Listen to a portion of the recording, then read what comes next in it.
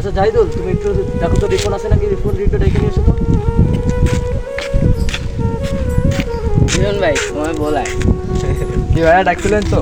হ্যাঁ, ভালো আছো তুমি? জি ভাই ভালো আছি। আজকে আপনার টাকা কত দেওয়া ছিল কত? হ্যাঁ ঠিক আছে, তুমি যে কাজটা করছিল না, জি জি। ওখানে কিন্তু একটু কাজ বাকি রয়েছে, এটা দেখছো? হ্যাঁ হ্যাঁ। মেইন কথা হচ্ছে যে আরেকদিন আমার ওই জায়গায় লোক লাগলে হেলো হয়ে যাবে। হ্যাঁ। আচ্ছা, তোমার এক বড় ভাই ছিল না, সে লোড টোড দেয় ভালো? হ্যাঁ জব্বর। আচ্ছা, তার একটু নিয়ে আসলে ভালো হবে, এখন আনা লাগবে না।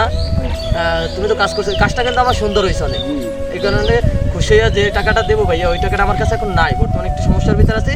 তোমাকে কিছু টাকা দিতেছি, হয়তো মনে করে তোমার কাছে এখন খরচার টাকা নাই, তেমন হইতে পারে। দেখো ভাইয়া, এটা রাখো। হ্যাঁ, আর তোমার ওই যে বড় ভাইয়ের নাম কি জানি? জব্বর। হ্যাঁ, দেখো কয় টাকা দিছো ওখানে, দেখো। বড় ভাইয়ের একটা ফোন দাও তো।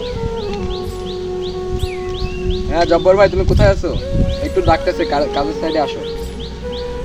আসতেছে।